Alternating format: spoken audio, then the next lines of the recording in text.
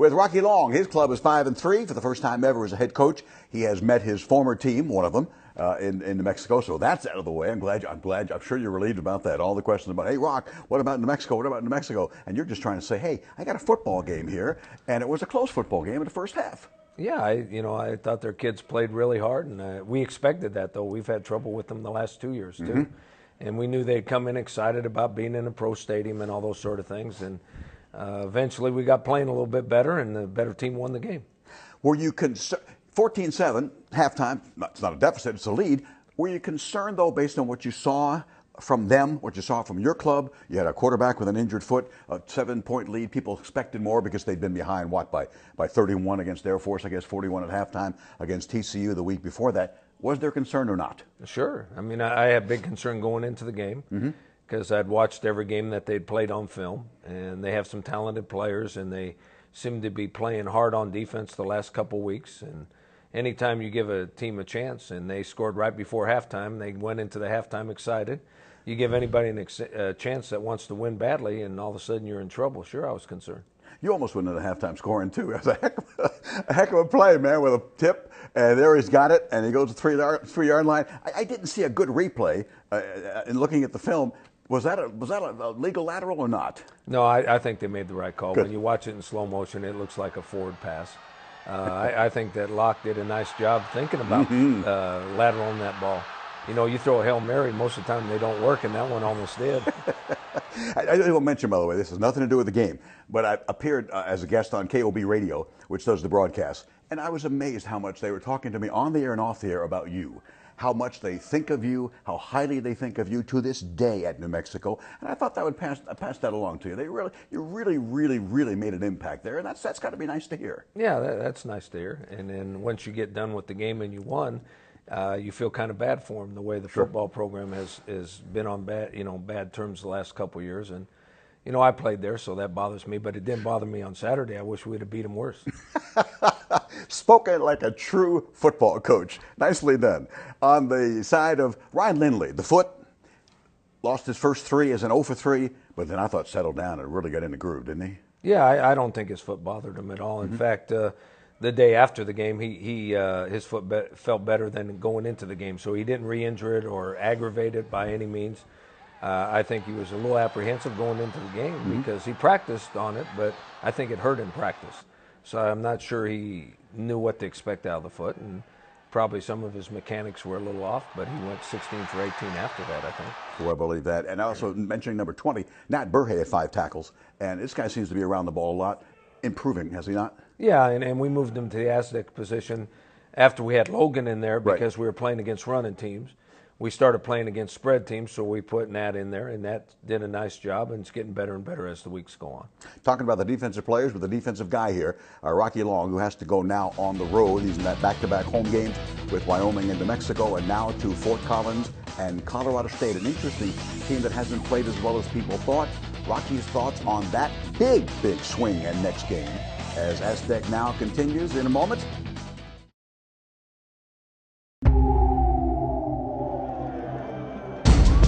So here's Hillman. Hillman getting the edge. Leaps in. Touchdown. On the shotgun, Ryan has time. Can he find somebody? One-hand grab. Gavin Escobar. Touchdown, Aztecs.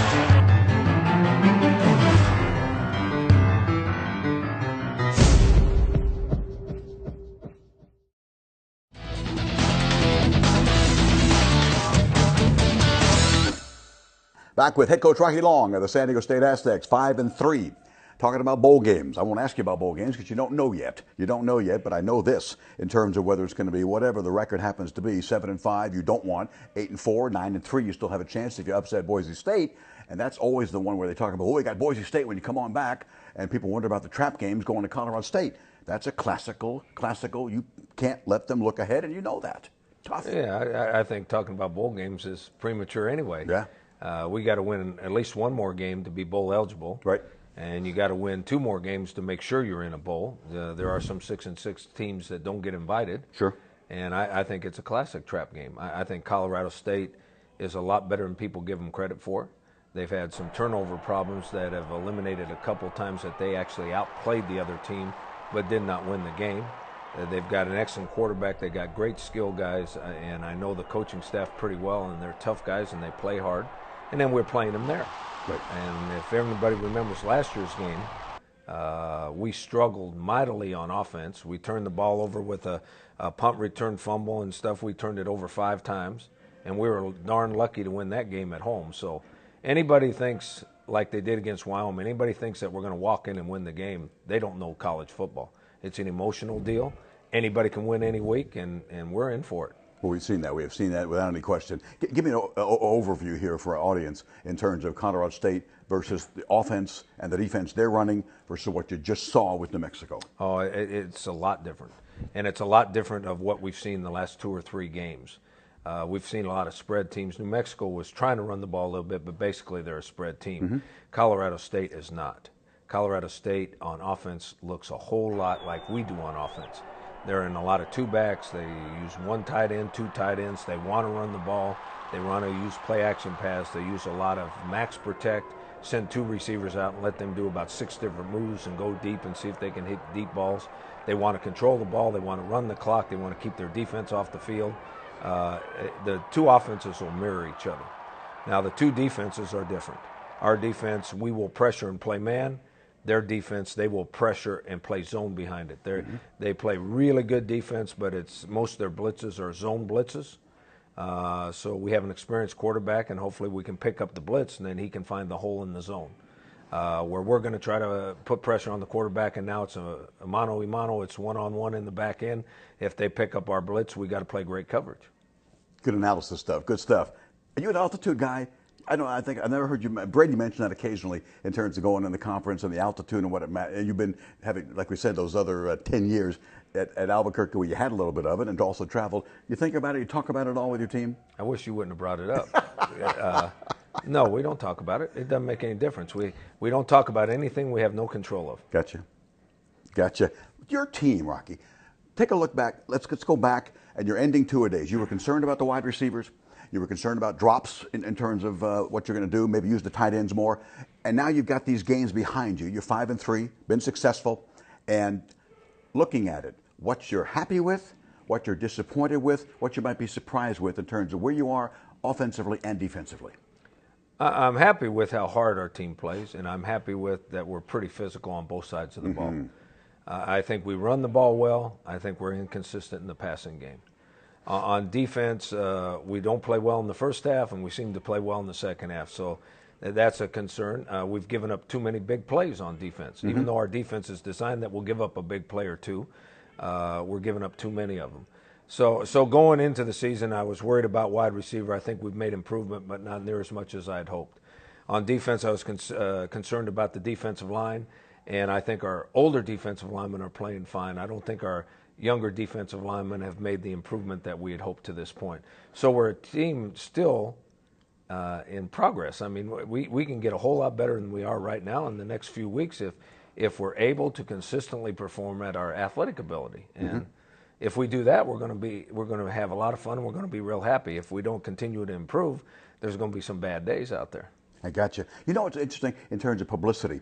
That I think he would get more if, of course, he played more and he wasn't in the shadow of Ronnie Hillman, who's one of the great backs in college football. Walter Kaiser reminds me of Larry Ned, who years past, small but really tough and strong. When he's run very well, hasn't he? Yeah, Walter's a good running back. See, we're blessed because you saw one of them the other night. We think we have 4 really good running backs in the program, and you only see Ronnie and Walter. Right. And they're 2 really good running backs. You know, Ronnie's special and Walter's a good running back. You saw Adam Uema the other night because he got in the game at the end. We got a couple other running backs we think can play, but Ronnie's so good and Walter's so good, they're not getting a chance right now. As they say, nice problems to have, and Rocky Long has them. Rocky, congratulations on a big win against the New Mexico club. That's done, and now Colorado State is coming up to get their 6th win and be bowl eligible. From football to a little basketball, Beth Burns talking about Aztec women's basketball as Aztecs Now continues.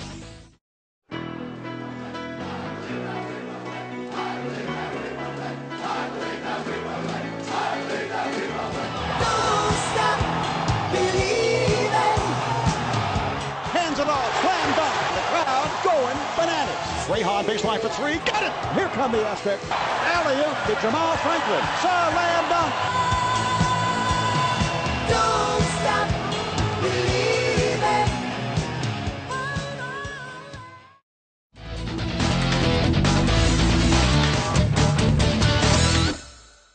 Back with Aztecs Now with head coach Beth Burns, Aztec women's basketball. You excited? Yeah, very much so. Let me withdraw the question. It's like in court. I withdraw the question, counselor. You're always excited about your team, and you should be. You've had some good teams, by gosh. Well, thank you. And this season maybe more than most in that it's new beginnings, which is always exciting. The highest ranked recruiting class I believe we've ever had at San Diego State. So the first atta girl goes to Associate Head Coach Walia Woods for a 17th ranked recruiting class and 5 really talented freshmen. The downside, if you will, of that is we're like the stock market. It depends on what day I leave happy or I leave sad, or during the body of a day I can be happy and sad. So we're very young, but our upside is really high, and you can see the potential as you watch us. And it's interesting because a team like that, where you have 7 new players, despite returning 3 starters, when the media looks at that and picks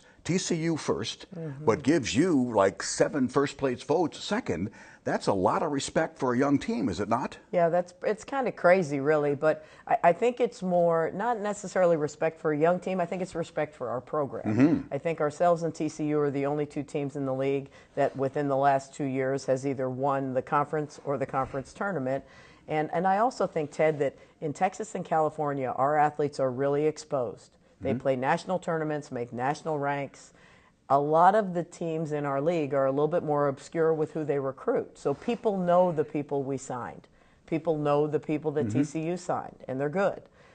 The people at most of the other schools are just as good, but they might be from Canada or the Midwest, or they're a little bit underexposed. So I think the rankings of our recruiting class and the expectations for incoming point guard Chelsea Hopkins, who is a legit potential star, if you will, coming in from Duke. I think that combination is why we were picked second. But I really also think that what happens in October is pretty meaningless. On 2 specific players, you mentioned Ms. Hopkins at Duke, played 2 years there, and a team captain, and a point guard probably better than you've had lately in terms of playing there. Give me a scouting report on her, because when she's in that same poll that picked your number 2, picked her as the newcomer of the year. Right. Well, I think, I've yet to coach her in a game, but she is beyond a coach on the floor. She's a coach on the floor. She's a coach off the floor. She's very bright. She's in our business program. We'll actually be getting her MBA by the time that she's done, because she used her redshirt year to get ahead in the classroom. Her nickname coming in is C-Hop, and legend says she has between a 35 and 38-inch vertical. So you take someone who's 5'8", who has lightning quick, could lead our team in rebounding from the point guard position, kind of gives you a little flavor of what she can do athletically. Great off the bounce, tenacious defender, has worked really hard on her face-up game. But I think more than anything is her intangibles, her toughness, her competitive toughness, her ability to lead, to be voted unanimously as our captain the day after the season ended when she hadn't played a minute with us. It's really a pleasure as a coaching staff when your best players, is your hardest worker, and will jump anybody else. So she solves a lot of problems before we even get to the court. We're really fortunate to have her and excited to see how she's going to impact our team this season. Good hops for C-Hop. I There get you it. go. I get it. I thought I'd walk you. You had a tough summer. I know. You're busy. I know. So I thought I'd give you a couple nuggets, Ted, just in case you needed some help. Threw me a fastball. I tried to hit it out of the park as best I possibly could on Charisse Culberson. When I look at her numbers and I think, whoa, at Berkeley High School, we're talking like a Kawhi Leonard, averaging a double-double. That gets your attention. Well, and not quite 6 foot and can grab the rim, so you're right. Her athletic ability is the first thing that you see. I think with all of our freshman front line, so I'll say Desi, Charisse Culberson, we call her Desi, Christina Hunter, who was a teammate at Berkeley High, and Arima Amarikwa. I'm helping you also with names. As a matter of fact, I'm helping you with a lot of things today, Ted. So you take those 3 freshmen, and they all have unlimited potential. They all have no earthly idea how to play college basketball. So I think that we're going to have to do some things early to protect them somewhat. There's only, they've had 12, 13 practices. Chelsea Hopkins has had 250. There's a difference in, think of every part of the game. So when our fans, as they're watching this, are saying, why did she do that? That's why. Because they're doing their best. They're such good athletes that kind of hurts them coming in. Because no matter what they did, right or wrong, they could get themselves out of it. And I think they're really working hard. Desi wants to be great. And ironically, as you said, Kawhi eventually probably will play a lot of small forward. She's going to probably start at the power forward for us right now. I think that puts her a little bit more in her comfort zone where she can use her athletic ability, but very good three-point shooter and will consistently work on her game. She's going to get better and better and better. We'll talk more about the schedule, college basketball for women, period, with Beth Burns of San Diego State as Aztecs Now continues segment 2 with Beth in a moment.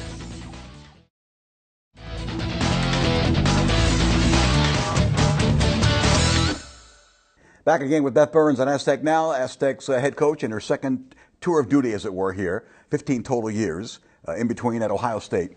And then, by the way, you've been at North Carolina State, you have been at Colorado, different conferences, you've been at Ohio State, the Big Ten, San Diego State, and the Mountain West. Is the Mountain West overall with women's basketball, is it competitive? Where would you put it in terms of the other conferences that you've seen? Good or trying to get there? I've seen good, great, and trying to get there in 6 years. Right. My first year back, we had 5 teams get into the tournament, all of whom advanced at least through the second round, and 1 team went to the Elite 8. Last year, 2 of the last 3 years, we've averaged 2 to 3 teams getting in. So we're much more than a one-bid league. It's not our tournament champion, but it also, you have to throw this in. What conference is who in? Like, who You mean knows? today at this time? What time is it of taping? Right. Who's going where? Check Who's with me on first? Get back to me in Have an you hour. ever been to Boise? Not me. I've never been to Boise. I have no clue. Poor Boise was voted 8th in our league. I think it's because no one's ever been to Boise. Understand. And I've never seen them play. So I think, relatively speaking, this is what's unique, Ted. We had a real senior-laden league last year. 9 of the 10 all-conference performers were seniors. I think that's another reason why no one knew how to vote. Everybody is playing young players. Our all-conference preseason team, all of them are frontline players, and it's a guards game.